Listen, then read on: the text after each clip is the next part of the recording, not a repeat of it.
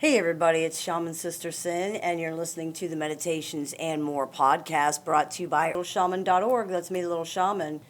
Today I wanted to talk to you about radical acceptance as it pertains to narcissists. As you know, most narcissists are not very accepting of things they don't like or can't control, so the person who needs to practice acceptance is you. Radical acceptance is the total acceptance of life on life's terms, and it is especially important when dealing with narcissistic people. So much hardship is caused directly by a person's refusal to accept the narcissistic person or family situations as they are. The problem with this is that someone's refusal to accept the facts doesn't change the reality of these facts. It doesn't make them not facts. It just makes it harder for that person to assess the situation realistically and to heal. When you can't heal, you remain bound to this situation, the pain, and it continues to affect your life. This is actually one of the biggest problems narcissistic people have. There are many reasons people might resist reality. It might be that reality is painful, unfair, difficult to understand, or hard to believe. But resistance to reality doesn't work. Things are what they are, and refusing to accept them does not change that. It only causes more problems. If you refuse to accept that your car is out of oil and you keep driving it, eventually the engine will lock up and it's going to be totally ruined. Ignoring problems does not make them go away. On the contrary, it usually makes them worse, and continuing to use the same unsuccessful methods to deal with something doesn't work either. It's a difficult lesson for many people, but it's one that really needs to be learned in order to reduce the amount of distress in your life. You can't avoid pain or painful situations, but you can mitigate the way these things affect you by accepting painful situations for what they are. Not accepting the reality of a situation allows it to control you, and worse than that, it causes you to still be hurt by something even if it's not happening anymore. When someone does not accept the truth of a situation, it causes the event or the situation to hurt them over and over again instead of just once or sometimes for years after it's no longer happening. If something happens and you resist the truth of this thing, then not only are you having to deal with the hurt of the situation when it happens, you have to deal with it over and over again every time reality asserts itself. For example, if a relationship ends, a person may be hurt badly by that. But if they refuse to accept it and keep attempting to reestablish the relationship, they will be hurt again and again the same way every time this fails. This does not have to happen. Accepting the facts of the situation allows you to start healing. It can be hard for people to accept things that have hurt them. The word acceptance sometimes bothers people too, because sometimes people assume acceptance means agreement. Just remember, accepting something doesn't mean that you agree with it. It means that you understand this is how it is, and you can accept something without agreeing with it or condoning it. For example, you can accept that your coworker received a promotion and you didn't, even though you don't agree with that result and you don't like it. You still accept that that's what happened.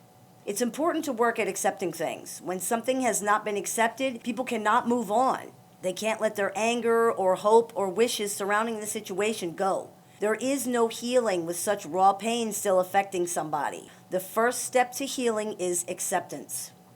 Sometimes when people are really angry or have been really hurt, it's extremely difficult to accept that this painful thing has happened or that they need to move on from it.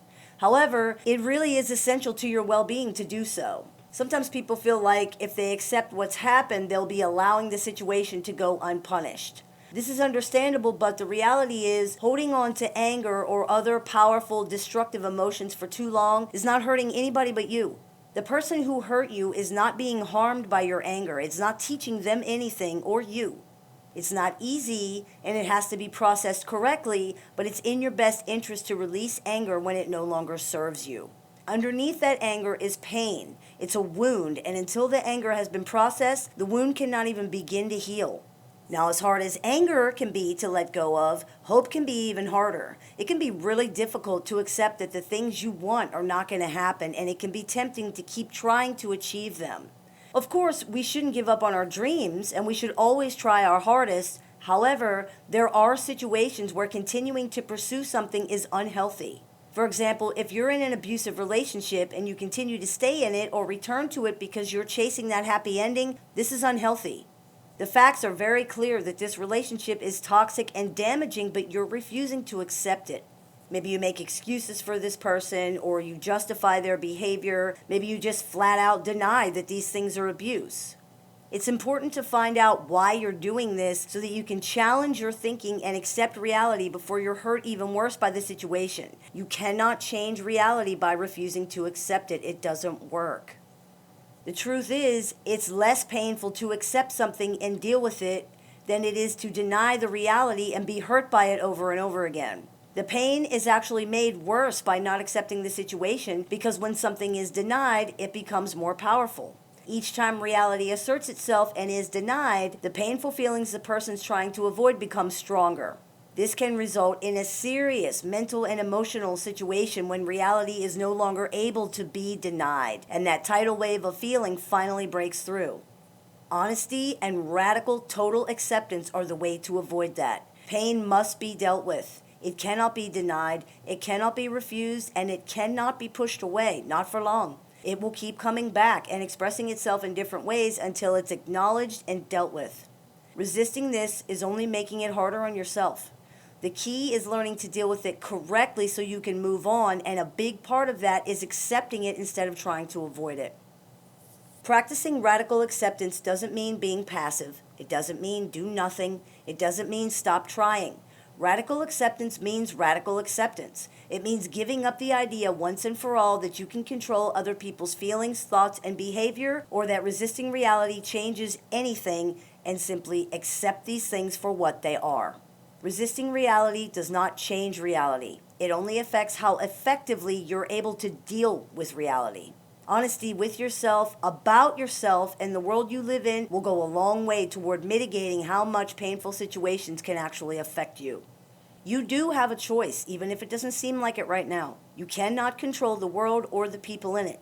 You can only accept these things exactly as they are, whether you like them or not, and deal with them accordingly. With acceptance comes healing, and making the decision to take control of your life by saying that these things will not affect you any longer than necessary can go a long way towards true healing. I hope this clears a few things up for you. As always, I look forward to your comments, questions, and suggestions, so please keep those coming. I take appointments every week, Monday through Friday, online or over the phone. So if you're interested in speaking with me one-on-one, you can visit littleshaman.org and click the Book an Appointment tab to go ahead and do that. Or you can use the link that's available in the information section of this video. You've been listening to the Meditations and More podcast brought to you by littleshaman.org. That's me, Little Shaman. May the Great Spirit bless you and have a wonderful day.